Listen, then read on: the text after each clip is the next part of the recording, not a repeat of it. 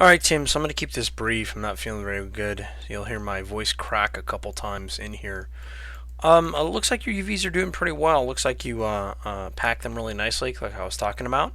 But keep in mind, areas that are more important, such as the front of the building, like the back of the building, will not be seen very much, as I pointed out in my video. So say if I grab that face, that's going to be a lot smaller. So you might want to make these areas a lot bigger that the player is going to be looking at. If it's third person or even first person, this door should have a larger, and this wall should have a larger UV space in your environment. Door can be unwrapped by itself because you can modulate that, but the wall that faces the player needs to be have a larger UV space. And on the top of the building, there's going to be smaller UV space because players never going to see that. You may fly in the beginning of the game, whatever the scenario is, but you would make that a lot smaller. So go and adjust those UVs accordingly. Now these get tricky, but not impossible to unwrap. Now it looks like you might have done an automatic map on them, partially. So be careful with that. Make sure you weld the appropriate areas. This isn't too bad. You're going to get some distortion though. So the railing could be taking up a lot more larger space, and you can unwrap these as cylindrical map this, cylindrical map this guy, cylindrical map that guy, cylindrical map, and you can even stack some of them on top of each other to get better resolution. Now this isn't too bad. Again, you could probably stack these at least two on top of each other, so there'll be two on top of each other here and two on top of each other here, so every other pole looks a little bit different. Now, I'm going to give you some links to some videos on how to make brushed metal and a few other items. In here, if you want to export this out, say we have the UVs all set up for this building. Excuse me. Sorry about that. Say we have the UVs already laid out for this building. This one still needs a little bit of work. Smaller UVs for the top, smaller UVs for the back. What you do is you go to polygons and you go to UV snapshot, and I mentioned this before, and you can set it to 4096, but you need to make sure you eventually, when you apply it to your building, lower that to 2048. It's always better to work at a higher resolution. Save it where you need to save it. So you can see my resources I've been collecting for concept art and so forth. Nicolas Cage is the first one that shows up because he's so scary. So we're going to go to we'll just go to the desktop here and save it here. We'll just call this warehouse, and then you just hit OK. Now I'm not going to do this with my Wacom. I'm just going to click on Photoshop. When you do use a Wacom, you want to make sure you click on this with your Wacom pen. Otherwise your Wacom pen may not run. Make sure to point that out. So I'm just going to activate that real quick.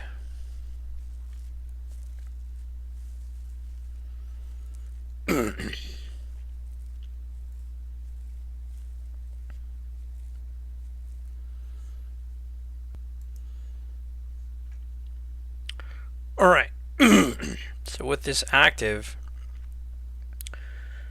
we're now going to go in here and we're going to open up the UV snapshot that we sent out the door. Hopefully it updates real quick here. It's a little bit laggy. There we go. So let's go and open it. And we'll go straight to the desktop. We'll grab the warehouse. And the heck of it, we'll just say we'll grab some brick. Open it up. So when you open up your UVs and it's a PNG, this is the best way to do it, because as you have it as a PNG, we have our UVs on a separate layer. And I'm going to put in a constant, I'll bring in my layer options here so you can see what's going on. I'm going to put in a constant color that will be in here in the background to, help with bleeding area. So we'll call this bleed area. We'll put that below the UV line. We'll choose like a dark red. Make sure you do your research on the warehouse and what kind of look you want. So see, we got this all set up, and sorry I'm a little slow and sluggish today, just not feeling good. So I'm going to grab the brick here,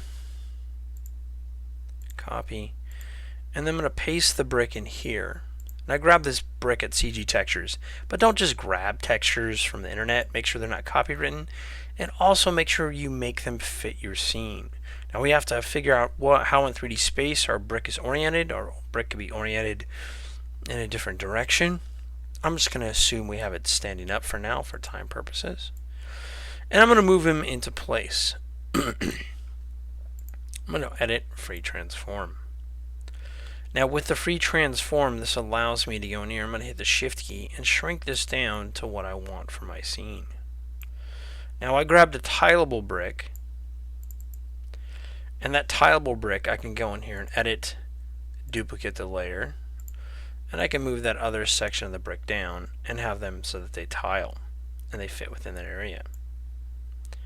But keep in mind, you're going to have different details on a warehouse. There's going to be like dirt, there's going to be wear and tear, there could be even propaganda posters. Just depends what kind of scenario you're thinking of. And before you send this out the door, you can attach this as a PSD. Just be careful because your scene gets heavy. What I do is I save a flattened version, give it a different name, and then I just unflatten this to go back and do some editing if I need it. That's kind of what I do. But make sure your UV lines aren't left on. For stuff such as grass, I'm going to switch over to Mudbox real quick. Mudbox allows you to actually do tileable grass, tileable dirt, and other things. And it has a tool that not a lot of people are aware of. I actually stumbled upon it. So if you don't have Mudbox, try to install it because it can help your texturing. The way it works, I'm going to close this out. The way it works, it actually navigates just like Maya. We're able to move things around in the camera using the same move tools, using the Alt key, middle mouse button, and right mouse button. Whenever you want something to be centered on your screen, you just hit the A key. That centers the object. But we're going to do something a little bit different. We're going to go into here and we're going to make a tileable texture. We're going to create tiling plane. Now my settings are 4 for horizontal, 4 for vertical, horizontal 3 and vertical 3, and those should work just fine. Create tiling plane. What Mudbox does, it creates a plane that we can now paint on if we want to. To be able to paint on this, we want to be able to set this to projection. And we're going to increase our brush size a little bit here. And I'm hitting the B key and left mouse clicking. With projection on, you want to make sure you use a stencil with projection. And in this case, we're just going to pick something random. Let's pick, we could do brick, if you found a brick that isn't tileable. But in this case, we'll do grass.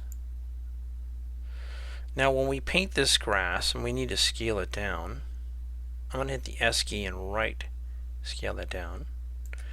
If you want it to tile, you can click on Use Tiles, and then Mudbox will use Tiles, S, and right click to scale it down. But you notice it doesn't tile that good. So we're going to use this to our advantage and make our own tiling texture. And as I click once, it'll ask me to create a new layer. And you can also do that by right clicking. But since it was grayed out, once we clicked, it now got activated. We'll just call this test. And you can make several layers just by right clicking and saying new layer. And you can change the opacity here on the side, and you can even change the blending method like in Photoshop here underneath our blending options. So as I paint in here, paint my grass, you'll notice there's a defining area where actually my stamp is a very striped stamp, and we don't really want that. Let's do something more cliff-like for our stamp. Now the difference between these, stamp is my brush control, stencil is my projection. So my stamp previously was a like a rake tool. That's because I was making hair for a character. But now it's switched to cliffs, which should work okay. This works a lot better, I think. So as you paint that out, and you notice that there's areas that you didn't quite get, like you'll notice there's a dark line down the middle. What you can do is hover over that dark area and paint there, and spread things around a bit.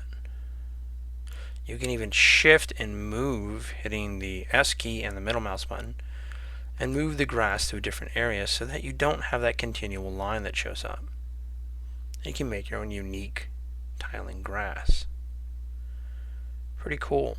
Now if you're afraid you didn't paint fully in all the corners and you get that tan material texture, just make a new layer. Call this background. I'll just call it back.